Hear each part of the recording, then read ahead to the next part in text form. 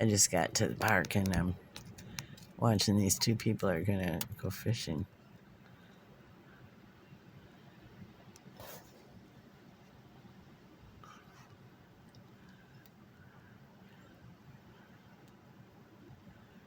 It's really windy today though. And I'm surprised because it looks like there's ice on the pond, so some of it must be melted.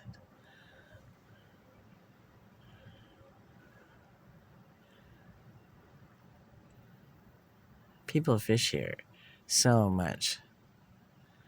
I don't know if they eat the fish that they catch, but and you can see how windy it is.